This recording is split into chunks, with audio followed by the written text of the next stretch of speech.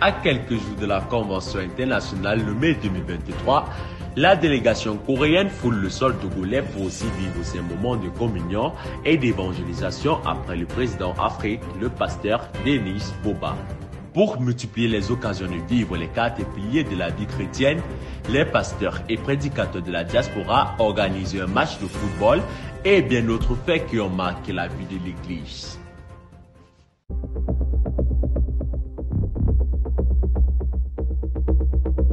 Ils sont là, ils sont là. De qui s'agit-il? Les grands frères coréens sont arrivés à Lomé. Au nombre de 36 personnes, ils ont tous atterri à l'aéroport international Gnassingbé et Yadema. Le protocole de l'église du Togo est déjà en place pour leur porter des coups de main. Dans une ambiance de joie, en présence des autres membres du bureau Afrique, le président Africa Life World Mission, le pasteur Denis Boba, avec son vice-président, le pasteur Jesse Nasiki, accueille chaleureusement la délégation coréenne avec à sa tête le pasteur Shin. C'est une manière pour nous, au nom du président Afrique, le pasteur Boba, de lui dire bonne arrivée au Togo. Ah d'accord, 아프리카 라이프 미션, 아프리카 크리스찬으로서 여기 토고에 오신 걸 환영한다는 의미로 했습니다. 복음이 전해진 토고 땅에 하나님의 귀한 형제자매들이 있는 곳에 오게 돼서 하나님께서 이름으로 감사합니다. Je suis reconnaissant envers Dieu qui m'a permis d'être là sur la terre où les frères et sœurs prêchent l'évangile. 이렇게 하나님의 자녀 한 가족으로서 맞아주신 거 감사합니다. Parce que nous sommes une famille en éternel et nous sommes là aujourd'hui. Je remercie l'éternel pour cela. Un grand instant de joie est partagé entre les grands frères coréens et leurs hôtes à l'aéroport. Suite à cela, ils sont tous raccompagnés à leur logis. Preuve que la Convention internationale de Lomé est sur la rampe de lancement.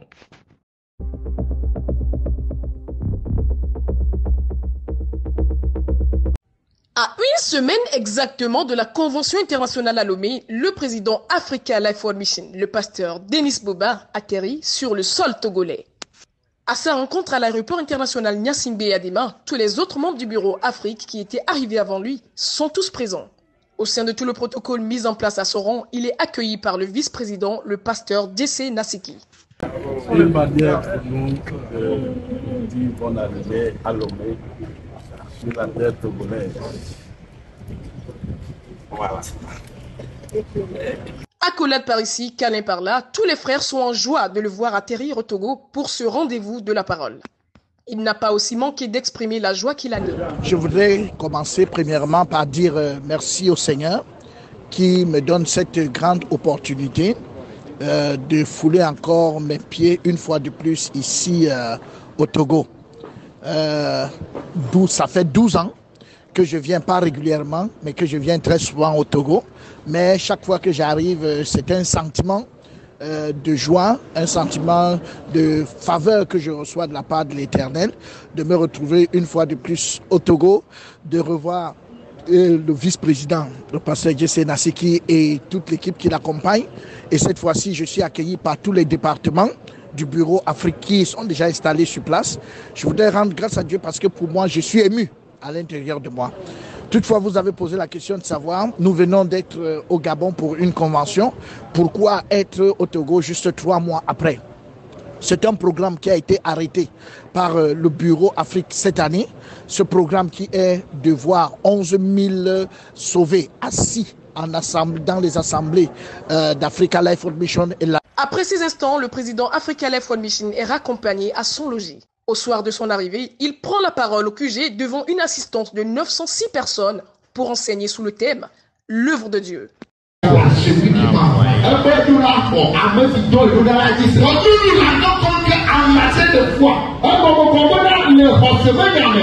totalement dans Jean 17, verset 3.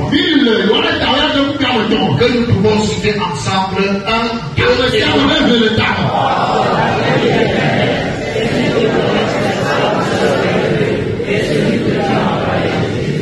Tous les frères sont bien édifiés par son enseignement et sont tous joyeux tout au long du QG.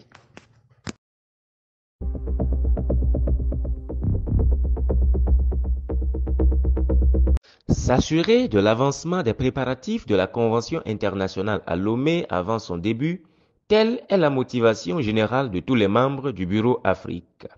Après l'arrivée des pasteurs Alex, Luc et Thomas, c'est le tour de 5 autres de ses membres de fouler le sol togolais. Les responsables de plusieurs départements dont Esther Assiene, responsable communication, Morissette Toukam, responsable des finances, Diane Onembote, secrétaire du président Afrique, et Olinga Marceline, responsable division des femmes. Toutes joyeuses d'être arrivées au Togo, elles sont chaleureusement accueillies dans leur logis par le protocole et le président du comité d'organisation. Chacune d'elles n'a pas manqué de préciser les raisons d'être là plus tôt. Oui, en avance, pourquoi? Parce que il faut bien travailler avec nos frères et sœurs togolais pour qu'ils soient bien imprégnés de comment est-ce qu'on procède pour la réussite d'une bonne convention. Donc nous amenons un peu de notre expérience et puis nous amenons aussi notre soutien en main d'œuvre. Voilà pourquoi nous sommes venus en avance. Merci. Ma venue ici, c'est que je viens rencontrer mes sœurs pour qu'ensemble, puisque la division des femmes, quand on parle de la division des femmes, on parle de la cuisine et le reste.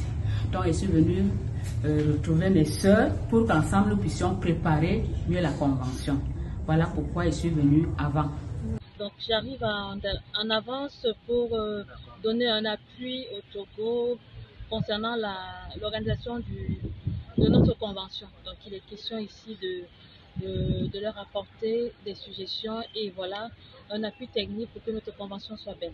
D'autres arrivées sont enregistrées le jour suivant, à l'exemple de celle de la sœur Iket Batoum Anne-Marion, responsable événementiel Afrique.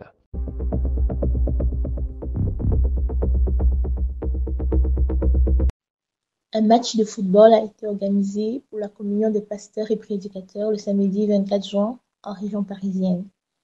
Cette rencontre de football est une stratégie mise en place par le département de la mission afin de réunir des passionnés de football dans le but de leur emporter l'évangile. Nous avons organisé une rencontre au sein de la diaspora contre une équipe de football, donc entre sauvés de la diaspora de tous les pays d'Europe. Nous nous sommes réunis afin de former une équipe. Nous avons organisé ce match aujourd'hui, ce samedi, et nous avons joué contre une équipe qui a l'habitude de s'entraîner. L'objectif de cette rencontre, c'est de nous faire connaître et pouvoir promouvoir l'évangile. C'était l'occasion de pouvoir casser des béquilles avec des gens qui ont l'habitude de jouer au football. Et nous avons pour ambition de perpétrer ce genre d'événements, que ce soit en Belgique ou ailleurs. Les prédicateurs se sont imposés sur un score de 4-2. La rencontre s'est achevée dans la bonne humeur avant la casse de béquilles faite lors du concert de l'après-midi. C'était Tiffany Goula pour le compte de la communication de la diaspora. Joli Daniel.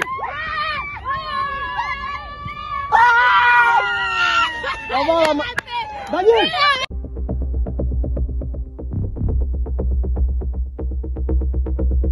Au Cameroun, le pasteur Boba étant le premier sauvé à initier des séminaires et les gens se sont ajoutés à l'église, il a initié et formé des missions qui ont commencé à voyager avec lui pour prêcher l'évangile.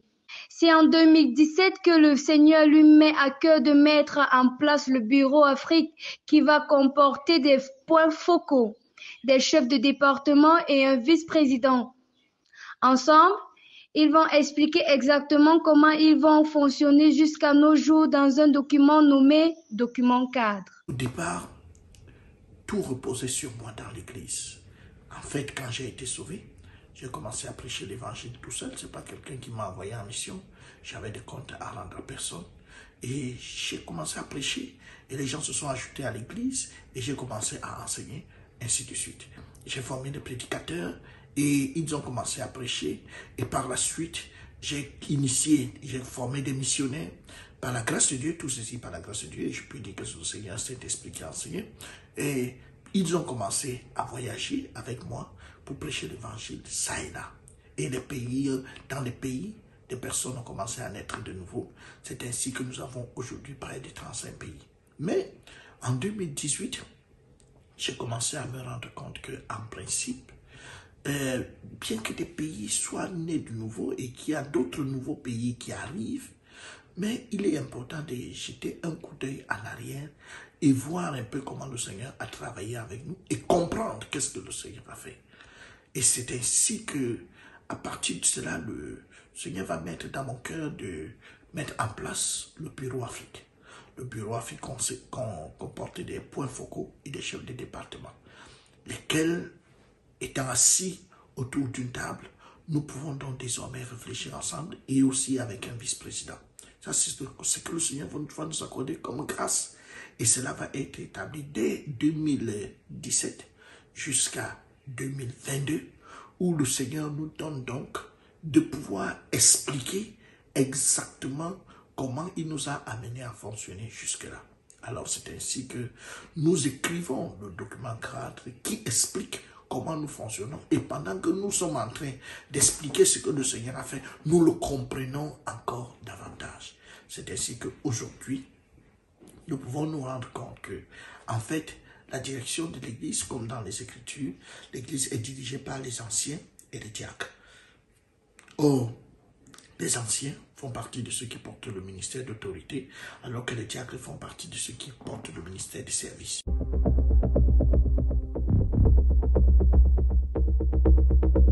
13 ans aujourd'hui que l'évangile est entré en Afrique. Les premiers-nés d'Afrique vont commencer à rendre culte dans le domicile du pasteur Boba à Fébé Village. Quelques mois plus tard, avec l'ajout de nouveaux membres à l'église, les frères et sœurs vont désormais communier du côté du feu Madagascar dans la ville de Yaoundé. Présentement, cette assemblée n'existe plus, mais la ville de Yaoundé compte aujourd'hui 13 assemblées. L'église à son arrivée a plusieurs difficultés, notamment le manque de prédicateurs pour les champs de mission. Le pasteur Boba étant le seul prédicateur en cette époque, mais de nos jours, l'Afrique compte plus de 400 prédicateurs. L'église a également une défaillance au niveau des finances à cette époque, le président Afrique étant l'actionnaire majoritaire pour les champs de mission, mais actuellement, toute l'église en Afrique est mobilisée au travers des besoins pressants et bien d'autres faits. Les frères et sœurs nés en cette période ne voient pas toutes ces choses comme des difficultés parce qu'ils sont tous animés par la joie de la prédestination en ce temps-là, mais chacun d'eux peut bénir le Seigneur pour la décentralisation et les améliorations que le Seigneur fait pour le bon fonctionnement de son Église au fil du temps, disent-ils.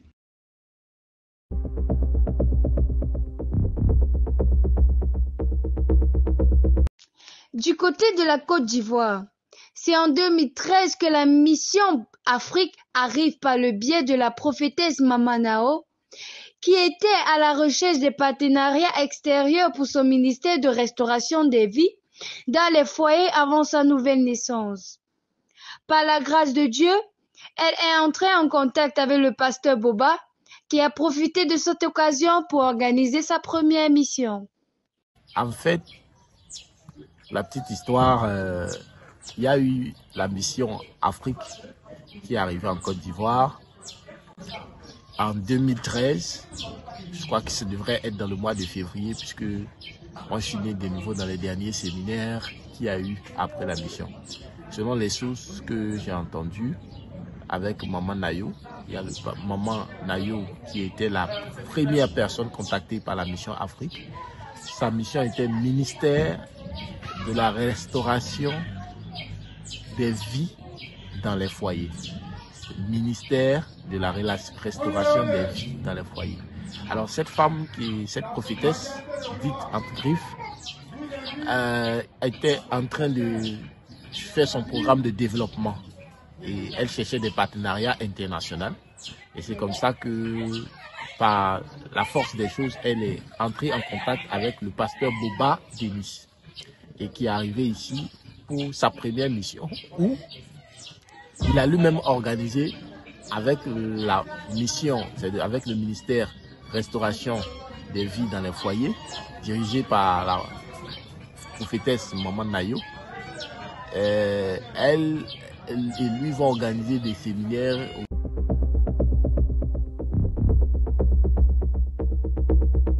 Bonjour, je suis la sentinelle Baguidi. Je suis le pasteur Ekane Jean-Pierre, né de nouveau en 2010, en novembre. Bonjour, je suis le pasteur Bruno Kososna du Cameroun, né de nouveau le 3 juillet 2010. Et bonjour, c'est le pasteur Mario depuis Casablanca au Maroc. né de nouveau en février 2012 au Gabon.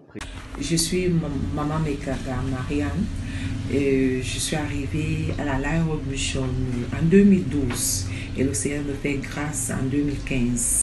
Je nais de nouveau le 3 juillet 2010 par la prédication du pasteur Boba. On a commencé, nous n'avons pas du tout d'organisation.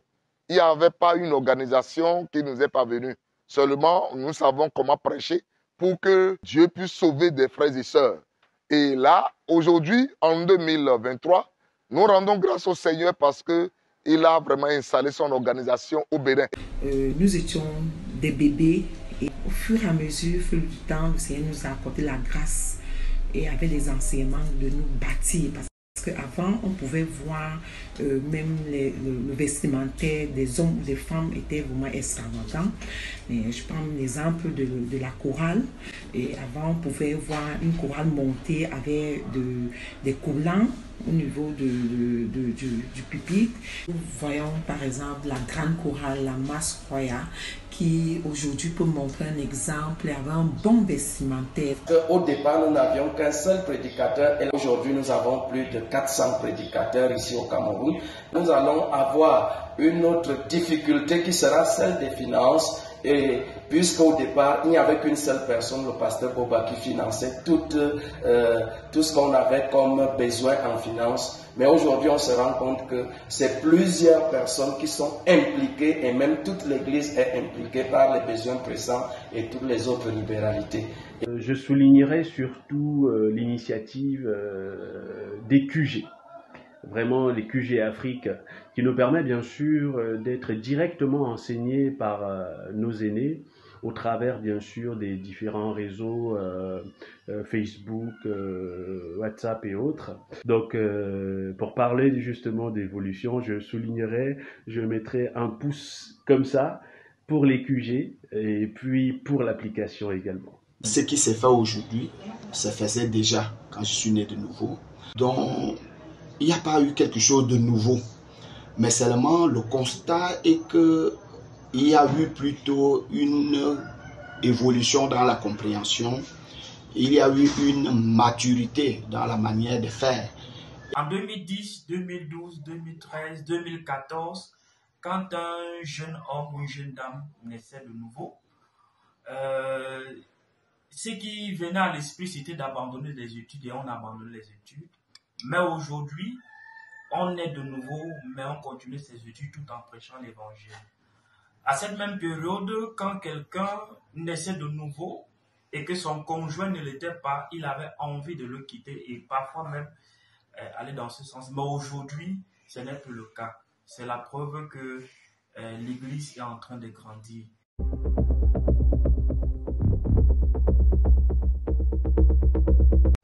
En cette année 2023, le Bureau Afrique a pour objectif de ramener 11 000 âmes au Seigneur. Les séminaires se multiplient de partout en Afrique pour l'atteinte de cet objectif. Le plan d'action 2023 a 3 conventions internationales, notamment celle du Gabon, Togo et l'île Maurice. L'équipe Afrique ne cesse de multiplier des réunions pour apporter des solutions aux difficultés que les différents pays africains ont pour faciliter l'atteinte de cet objectif. Les sauvés d'Afrique et de la diaspora sont tous en prière et comptent sur la grâce de Dieu pour atteindre cet objectif et même aller au-delà, selon ce que le Seigneur a prévu avant la fondation du monde.